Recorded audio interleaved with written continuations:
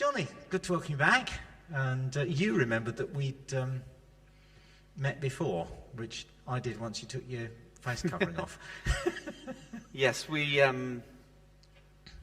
met, didn't we, at Cliff College? We were on a course together, so yeah. Seems a long, long time ago, as everything seems a long time ago at the moment, doesn't it? Yes, it does. But yeah, I think probably in 2018 we sat in a number of classes together at Cliff College, so yeah. Yeah, it's good. And you were doing some further study as I was at that time. In case there's anyone who doesn't know who you are and what you do, and kind of give us a brief. Okay, yeah, my name's Jonny. I live and work in Plymouth. I'm employed by the Methodist Central Hall in Plymouth. My title has changed. I was predominantly working with youth and young adults, so I was called a young adults worker. I'm now a lay pastor is my title. But again, predominantly working alongside students and young adults. I'm involved in some of the preaching. I'm teaching at our church, and various things as kind of lay people in Methodist churches get involved with. All the stuff that the ordained people don't want to do, really. Or aren't allowed to. Or some of which, Or aren't allowed to. Yeah, possibly. Yeah, okay, right, yeah. Thank you very much. It's one of those things when you do an interview, there's always likelihood that the interview is going to set you up. Well, I didn't mean to, I just saying it as it is. Thanks, yeah. Okay, and so that's a change in your job, but also we work out that inevitably it was before the world changed. 2 years ago this week, folks. It's 2 years ago tomorrow, the Prime Minister went on TV and said, go to your homes and throw away the keys. And we all kind of started learning all new ways and stuff and doing so. So how's kind of life and work been through that time, and how's it changed? And this is basically an open door to say whatever you want. Yeah, it's quite poignant when you think of it like that, isn't it? 2 weeks ago, and yeah, things have, and I can talk on behalf of the church. We've gone through a lot of kind of natural transition, I guess, over those 2 years. I was saying to somebody as I arrived today that our church looks very different now to what it did 2 years ago, and in some ways that's wonderful. In other ways it's quite sad. We're concerned about some people who, you'll understand what I mean when I say this, who haven't seemed to have emerged back into the life of the church since lockdown. We're in touch with a number of people, but there are still some people who just haven't come back. There are some people, sadly, who obviously didn't miss church enough that they felt they needed to come back. But at the same time, we've got a flourishing congregation. We were packed, which seemed packed. It was certainly chaotic in our church this morning. We've got a lot of new people coming into the life of our church, particularly young families, which is exciting. Quite a few of them have come, we think, off the back of, we've had to think seriously about what we offer online, to the point that initially when we started into lockdown, you probably went through a similar process, I don't know, where we didn't know quite what to do, and it meant somebody just turned up. I remember the first Sunday when restrictions were starting to come in, it was before an announcement had been made, so this would have been in probably late February, maybe early March 2020, and there just wasn't many people. I think at that point they said, if you're over 70, don't go out. Do you remember when they said that? It's just bizarre, isn't it, that these things were coming?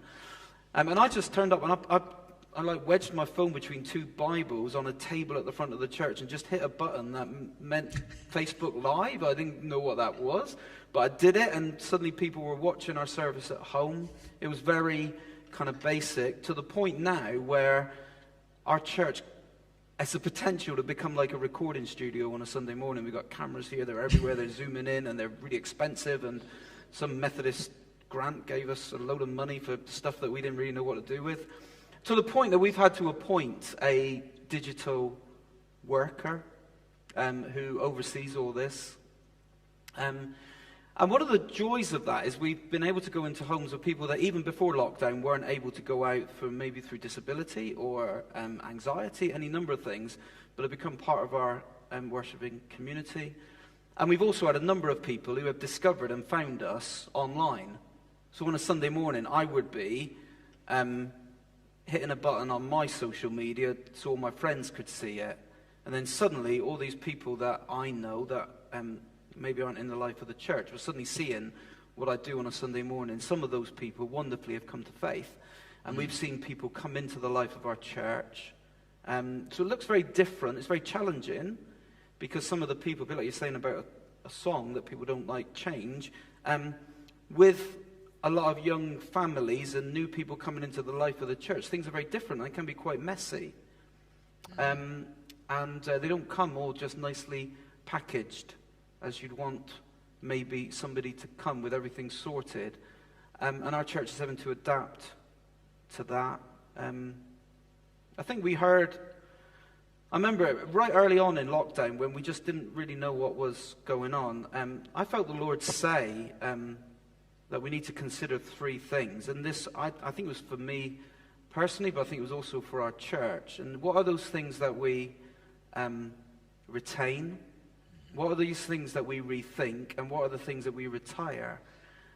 And we found that as we've come out, there are things that we've retired, in other words, things that we used to do that we no longer do, that used to consume a lot of our energy, but actually had no effect for the kingdom. And actually, we've retired quite a few things, I think. And actually, I think a lot of the people haven't even noticed. It's been a great time to make some changes in the church because you can just blame COVID for it.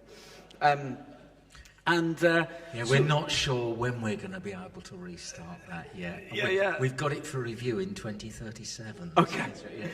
Yeah.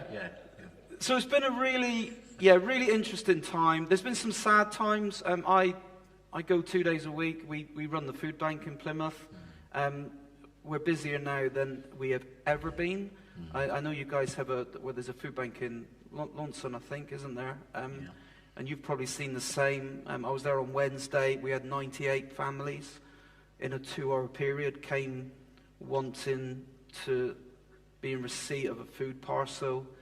And what we've seen is not the typical person that you would expect coming to receive from a food bank. We're seeing people that are in employment. We've seen, it was really sad on Wednesday, we saw a number of elderly folk come in. It shouldn't be happening.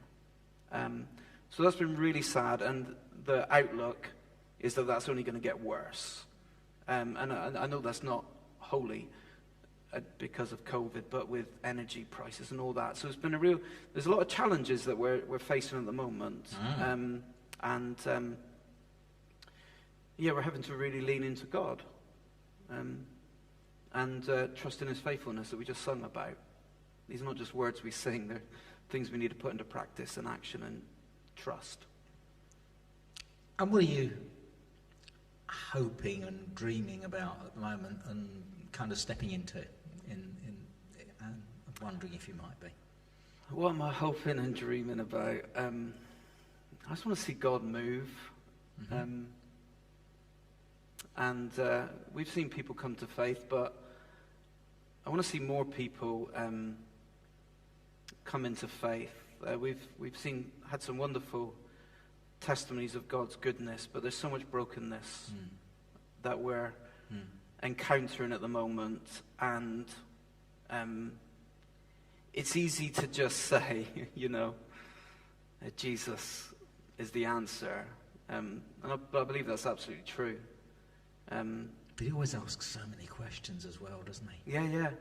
It's really interesting. I think if you read the Gospels, I think I'm right. If I'm not right on the statistics, then get the point, because the general point is correct, that Jesus only preached that we're given 6 sermons in the Gospels, but he asked 150 questions. I remember hearing somebody once say that. And and I think we need to be hearing God's voice to know the right questions to ask and help people discover the answers. Because we're seeing, like with a lot of these young families that we're we're coming into contact with. There's so many complex situations that I just want to see the Lord breaking through into. And the church needs to be right at the forefront of that. Well, that's a really good place to draw this bit, I think, to a close. And thank you ever so much, Jonny. I think some applause would be good. No. Yeah.